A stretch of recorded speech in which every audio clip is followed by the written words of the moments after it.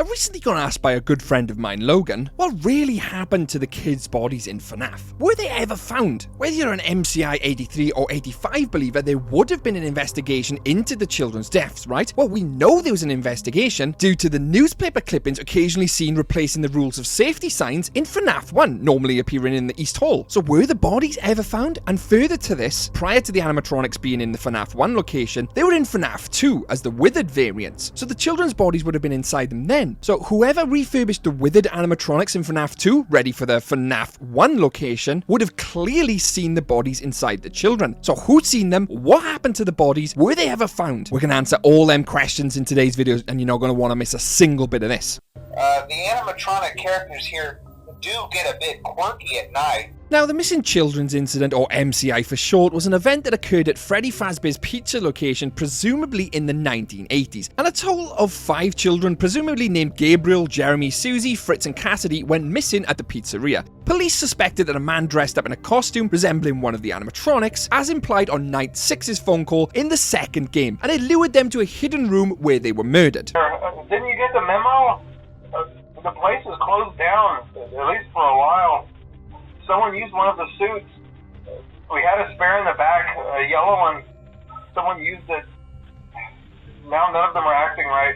Now, the 4 mascots at this Freddy Fazbear's Pizza, Freddy Fazbear, Bonnie the Bunny, Chica the Chicken, and Foxy the Pirate, had particularly foul odours and what appeared to be blood and mucus around their eyes and mouth. Now, what is extremely interesting, based on the phone guy's remarks on his first night message from the first original game, the animatronics hadn't been cleaned in their 20 plus years of service, which would explain the stench. If I were forced to sing those same stupid songs for 20 years and I never got a bath, I'd probably be a bit irritable at night too. But that doesn't make sense, because they know they would have been refurbed in 1987 for the relaunch of Freddy Fazbear's Pizza in 1993, so something here isn't quite making sense. Further to this, in the newspaper clippings found in the FNAF 1 game, it confirms that the 5 children were reported missing and that a suspect has been charged, but the bodies themselves were never found. And in another newspaper clipping, it actually says that police were contacted when parents reported they noticed what appeared to be blood and mucus around the eyes and mouths of the mascots, and they likened them to reanimated carcasses. Now, with that information, the police investigating Freddy's foul odours coming from the animatronics, you would assume that they would have looked inside these animatronics, right? Surely, for the kids' missing bodies. Well, based on the news clipping I shared earlier, no, they didn't. So the kids' bodies at this stage are still inside the animatronics. To conclude definitively what happened to the kids' bodies, we need to move further back in the timeline to 1987, which is FNAF 2, because that's when the withered animatronics first showed up and it had the kids' bodies in them then, which predates FNAF 1, because we know FNAF 1 was set in 1993. So FNAF 2 in 1987 has the withered animatronics, has the kids' bodies inside. How did nobody notice then? Phone guy himself in FNAF 2 even says that the animatronics were really smelly.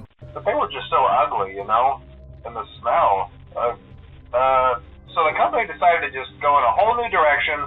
And Phone Guy calls again for a second time, and he even states that they started retrofitting the older withered animatronics with some newer technology, meaning that whoever was retrofitting these animatronics would have 100% seen the bodies inside of them. The idea at first was to repair them. They even started retrofitting them with some of the newer technology, but they were just so ugly, you know?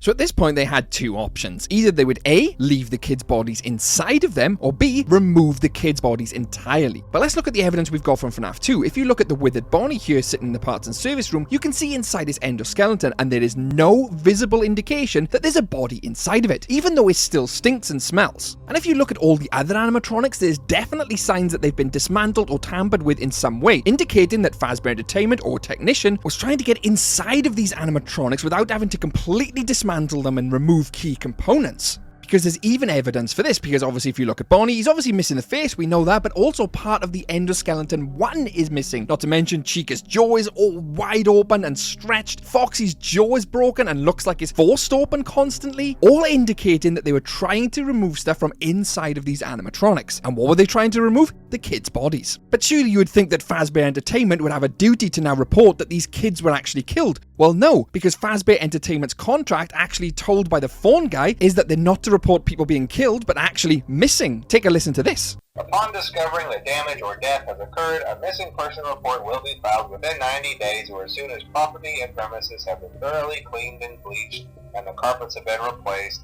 Blah, blah, blah. So in actuality, they would never report the kids as killed even if they found them. And because they were already reported missing, Fazbear Entertainment doesn't have to do a thing. But this then raises another huge question. What did Fazbear Entertainment do with the actual bodies? And let's not forget, William Afton was indeed the CEO of Fazbear Entertainment. So there's no way he's going to want them bodies ever found. He's going to want to dispose of them. But where would he have disposed of them? Well, the simple answer is they own a restaurant. Now hear me out, because this could get pretty sickening. There's only a few ways they could potentially safely dispose of these bodies. And when you're inside of a restaurant, think Sweeney Todd, they could easily put parts of them meaty chunks into some of their pizzas, some of their burgers, and it'd be a way of disposing of the bodies. A disgusting way, but a way nonetheless. Just like they did in Sweeney Todd. I know, that one's probably a bit far-fetched, don't get me wrong. The other option is obviously A, they just disposed them somehow in a refuge tip, or just threw them out with the trash, which is disgusting. But this is Fazbear Entertainment, a company which doesn't even care about its employees, let alone what they would do with bodies which were reported missing. Now all this presumably would have took place before FNAF 2 opened in 1987. But the main question and main problem here is, does this theory of the bodies being disposed of line up with the original 1993 Freddy Fazbear's Pizzeria? Because if you remember what I said earlier, police were contacted because parents reportedly noticed what appeared to be blood and mucus around the eyes and mouths of the mascots. Now we know from the evidence in FNAF 2 that the kids' bodies were removed prior to the 1993 location. So how is this possible? Especially given the fact that the withered animatronics in 1997 were refurbed into the 1993 animatronics. There is no way, if there was anything left over, stench, mucus, blood, would have been left on them animatronics. So aesthetically and physically there would be nothing left, no evidence. But that isn't the only thing which was left behind. Their souls were entrapped in these animatronics. And as we know, these souls and everything else is supernatural. I mean, hell, we've got Into the Pit coming up, which is supernatural in itself. A boy goes into a pit and gets transported back in time. So the fact of the matter is, these souls and remnant inside of these animatronics could easily start manifesting what happened to them in the past. The blood,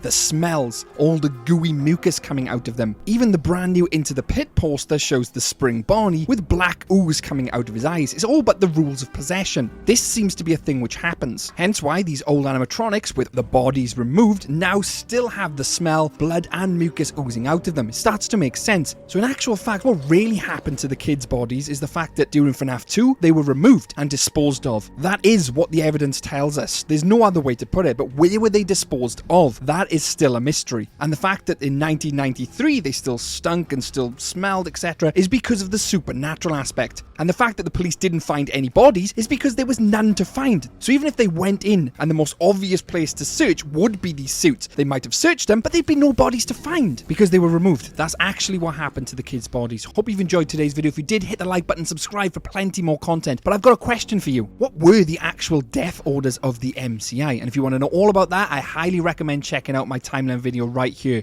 Great time to go over the full timeline for new and old fans alike. And I'd like to thank my mate Logan for giving me this idea in my comments. Thank you. I'm Twisted, the Twisted Animatronic, and I'll catch you later, superstars.